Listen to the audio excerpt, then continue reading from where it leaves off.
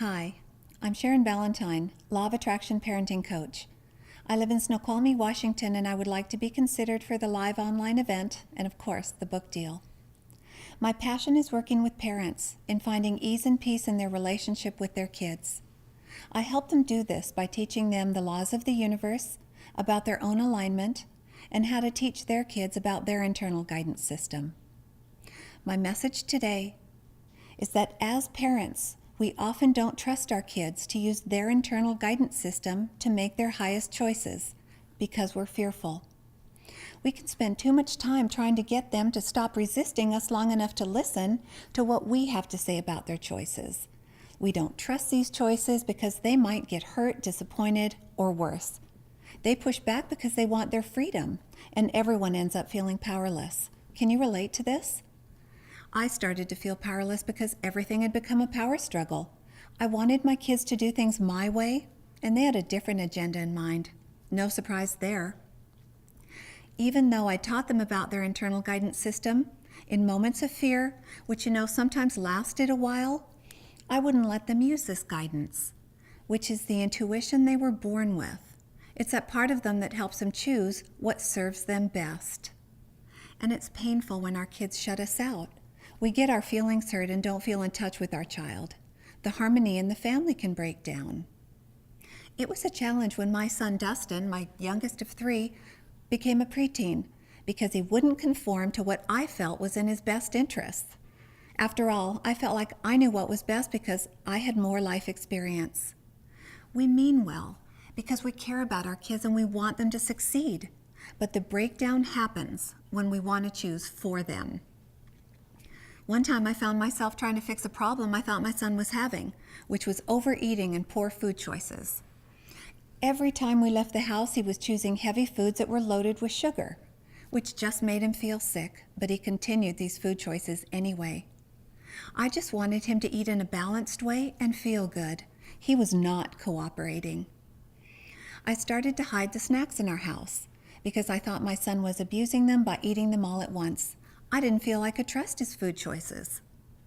Eventually, it was a cat and mouse game. I'd hide the snacks and he'd try and find them. And when he did find them, he'd gorge on them because he didn't know if he'd find these snacks again anytime soon. It wasn't a fun game, and neither one of us was amused. I felt like he had no control, and he felt like he was being denied.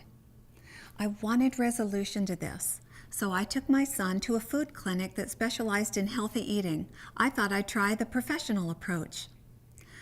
Well, after a few sessions at the clinic, the counselor took me aside, and she said in a kind but stern voice that it wasn't my son that needed to change, it was me, because I was trying to force a behavior that couldn't be forced. She went on to explain that in hiding the snacks, my son felt like he couldn't have what he wanted. And we all know how that makes us feel. We want to have it. I couldn't see what I was creating because I was right in the middle of it.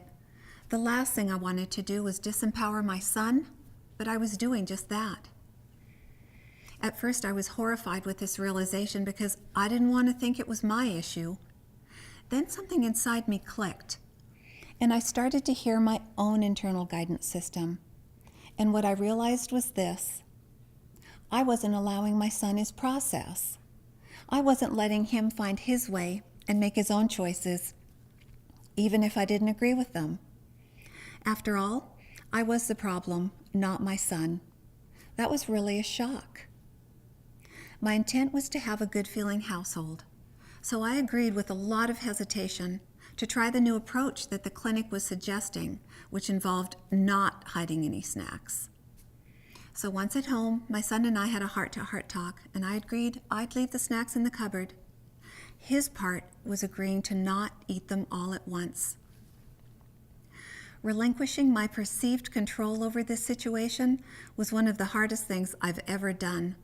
I couldn't bear to think that my son would now be free to overeat and simply put on more weight. And he did for a while. I had to remind him of our agreement over and over, and it was torture not hiding the snacks.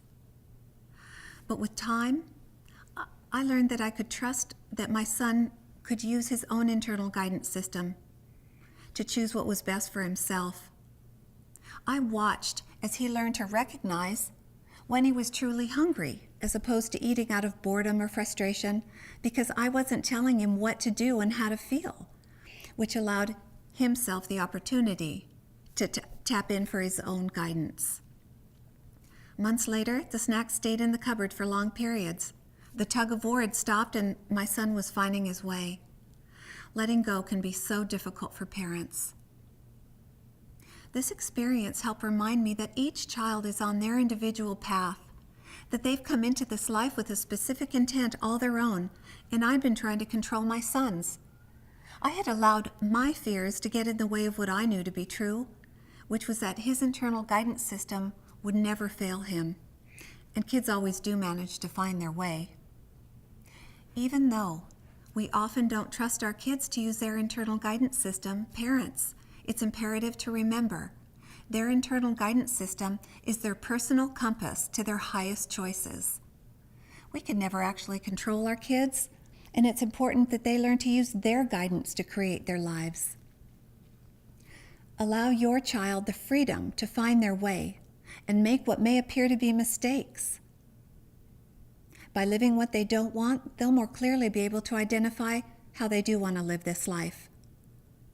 And as a result, you will have more ease and peace in your relationship with your kids.